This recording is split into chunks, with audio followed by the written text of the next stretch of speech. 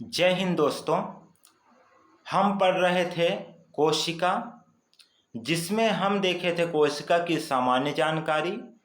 इसके बाद हमने देखा था कोशिका के कोशिकांग, और आज उसी टॉपिक को आगे बढ़ाएंगे और देखेंगे कोशिका के प्रकार, टाइप्स ऑफ सेल। तो देखिए, जो कोशिका होता है ये दो प्रकार का होता है। एक होता है प्रोकैरियोटिक और एक होता है यूकैरियोटिक। अब देखिए, जो प्रोकैरियोटिक है इसको हिंदी में बोलते हैं अकेंद्रिकी, और यूकैरियोटिक को बोलते हैं सुकेंद्रिकी। जो ये प्रोकैरियोटिक और यूकैरियोटिक है, ये लैटिन भाषा का शब्द है। किस भाषा का शब्द है? लैटिन भाषा का शब्द है। अब देखिए, जो प्रोकैरियोटिक है और यूकैरियोटिक है, इसमें दोनों में कैरियोटिक कॉमन है, और यदि हम कैरियोटिक के साथ प्रो जोड़ दें तो प्रोकैरियोटिक हो जाता है, और कैरियोटिक के साथ यू जोड़ दें तो यूकैरियोटिक हो जाता है। अब देखिए, यहाँ जो मैं आपको कंसेप्ट समझाने वाला हूँ उसको बड़े ही आराम से समझिएगा, सब कुछ एक एक चीज़ें समझ में आएगा। देखिए, कैरियोटिक का अर्थ होता है नाभिक, ठीक है, जिसको हम क्या बोलते हैं? केंद्रक बोलते हैं। क्या बोलेंगे? केंद्रक, ठीक है। अब यू का अर्थ होता है प्रेजेंट और प्रो का मतलब होता है एब्सेंट। तो देखिए, जिस कोशिका में केंद्रक एब्सेंट होता है उसको बोला जाता है प्रोकैरियोटिक, और जिस कोशिका में केंद्रक प्रेजेंट होता है उसको बोला जाता है यूकैरियोटिक। ठीक है, तो कंसेप्ट आपको समझ में आया होगा। जिस कोशिका में केंद्रक एब्सेंट होगा, अनुपस्थित होगा, उसको क्या कहेंगे? प्रोकैरियोटिक। और जिस कोशिका में केंद्रक प्रेजेंट होगा, उपस्थित होगा, उसको बोलेंगे यूकैरियोटिक। तो इतना आपको समझ में आया होगा। आगे बढ़ते हैं। देखिए, जो केंद्रक है वो क्या है? प्रोकैरियोटिक में उपस्थित है और अनुपस्थित है, और यूकैरियोटिक में उपस्थित है। इसके अलावा गुणसूत्रों में हिस्टोन प्रोटीन, तो हिस्टोन प्रोटीन यूकैरियोटिक में प्रेजेंट है और प्रोकैरियोटिक में एब्सेंट है। बहुत सारे कोशिकांग हैं जो यूकैरियोटिक में प्रेजेंट है लेकिन प्रोकैरियोटिक में एब्सेंट है। तो इतना ही आपको समझ में आया होगा कि क्या प्रोकैरियोटिक में एब्सेंट है और क्या यूकैरियोटिक में प्रेजेंट है। अब देखिए, एग्जाम्पल की बात करें तो प्रोकैरियोटिक का एग्जाम्पल है बैक्टीरिया, विषाणु और नीलहरित शैवाल, और यूकैरियोटिक का उदाहरण है जंतु एवं पादप कोशिका। मतलब जितने भी जंतु कोशिका हैं, जितने भी पादप कोशिका हैं, वो यूकैरियोटिक के एग्जाम्पल हैं। तो इतना आपको समझ में आया होगा। आगे बढ़ते हैं। तो देखिए, जो आरबीसी है, ठीक है, जो आरबीसी है ये यूकैरियोटिक कोशिका का अपवाद है। किसमें? मानव शरीर में। मानव शरीर में आरबीसी पाया जाता है, जो कि यूकैरियोटिक जीव है मानव। लेकिन क्या होता है कि आरबीसी में केंद्रक नहीं पाया जाता, नाभिक नहीं पाया जाता। तो आरबीसी यूकैरियोटिक जीव में एक प्रोकैरियोटिक कोशिका जैसा है। अब देखिए, बहुत सारे ऑर्गन्स हैं जो यूकैरियोटिक कोशिका में प्रेजेंट होते हैं। तो कौन कौन से प्रेजेंट होते हैं? एक तो माइटोकॉन्ड्रिया है यूकैरियोटिक कोशिका में, जो क्या काम करता है? श्वसन का कार्य करता है, और किसका निर्माण करता है? ऊर्जा का निर्माण करता है। कौन? माइटोकॉन्ड्रिया। तो इतना आपको समझ में आया होगा। आगे बढ़ते हैं तो देखते हैं कि जो यूकैरियोटिक कोशिका है उसमें गोल्जी बॉडी पाया जाता है जो परिवहन का कार्य करता है। गोल्जी बॉडी किसका काम करेगा? परिवहन का। सेंट्रोसोम पाया जाता है जो कोशिका विभाजन का काम करता है। लाइसोसोम पाया जाता है जो पाचन का कार्य करता है। सीलिया पाया जाता है जो गति का काम करता है और अवशोषण का काम करता है। केंद्रक पाया जाता है जो पूरे कोशिका को नियंत्रित करता है। तो इतना आपको समझ में आया होगा। अब देखिए अगला है प्रोकैरियोटिक कोशिका। तो प्रोकैरियोटिक कोशिका में ये अविकसित कोशिका है। क्यों? क्योंकि इसमें बहुत सारे जो कोशिकांग हैं वो नहीं पाए जाते हैं। ठीक है, और ये प्रारंभिक कोशिका माना जाता है। जो प्रोकैरियोटिक कोशिका है वो कैसा कोशिका माना जाएगा? प्रारंभिक कोशिका, क्योंकि इसमें बहुत सारे ऑर्गन्स नहीं पाए जाते हैं। ठीक है, तो इतना आपको समझ में आया होगा। अब देखिए हम देखते हैं ऐसे कोशिकांग जो प्रोकैरियोटिक एवं यूकैरियोटिक दोनों कोशिकाओं में पाए जाते हैं। तो इसमें पहला है कोशिका भित्ति, जिसको सेल वॉल कहते हैं।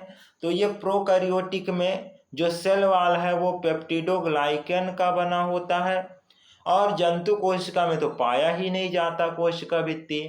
और यूकैरियोटिक में पादप कोशिका में पाया जाता है, जो कि सेल्यूलोज का बना होता है।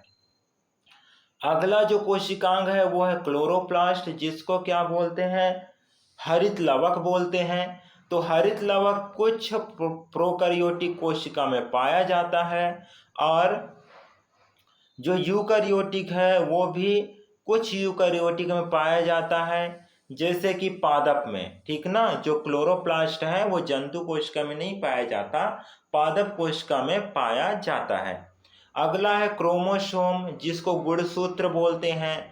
तो जो गुणसूत्र है ये प्रोकैरियोटिक कोशिका में डीएनए का छल्ले के रूप में पाया जाता है। ठीक है, और जो यूकैरियोटिक कोशिका है उसमें प्रोटीन युक्त डीएनए पाया जाता है। ठीक ना, जिससे कई क्रोमोसोम बने होते हैं। तो इतना ही आपको समझ में आया होगा। आगे बढ़ते हैं तो देखते हैं कि जो प्रोकैरियोटिक कोशिका है उसमें कभी कभी फ्लैजिला उपस्थित होता है। ठीक ना, और जो यूकैरियोटिक कोशिका है तो कुछ कोशिकाओं में उपस्थित होता है, जैसे जंतु कोशिका। यह कहने का मतलब है कि जो फ्लैजिलम है या फ्लैजिला है, ठीक ना, वो पादप कोशिका में नहीं पाया जाता है। अब देखिए अगला कोशिकांग है राइबोसोम। तो जो राइबोसोम है प्रोकैरियोटिक में 70 इस प्रकार का पाया जाता है, और जो यूकैरियोटिक है उसमें 80 इस प्रकार का पाया जाता है। राइबोसोम का कार्य क्या है? तो ये प्रोटीन का निर्माण करता है। अब देखिए अगला जो कोशिकांग है, तो अगला कोशिकांग है कोशिका झिल्ली, जिसको कहा जाता है प्लाज्मा झिल्ली। ठीक ना, जिसको क्या कहते हैं? सेल मेम्ब्रेन कहते हैं। तो ये दोनों में उपस्थित होगा, चाहे वो प्रोकैरियोटिक कोशिका हो चाहे यूकैरियोटिक कोशिका हो। ठीक है, और दोनों का कार्य क्या है? रक्षा करना। ये क्या करता है? सुरक्षा करता है, रक्षा करता है। ठीक है, अगला क्या है? जीव द्रव्य। तो जीव द्रव्य भी दोनों में उपस्थित होगा, लेकिन दोनों का कार्य अलग होगा। जीव द्रव्य क्या है? यूकैरियोटिक कोशिका को सूखने से बचाता है, लेकिन जो जीव द्रव्य है प्रोटोप्लाज्म है वो प्रोकैरियोटिक कोशिका में श्वसन का कार्य होता है यहाँ। ठीक है, तो इतना आपको समझ में आया होगा प्रोकैरियोटिक कोशिका और यूकैरियोटिक कोशिका के बारे में।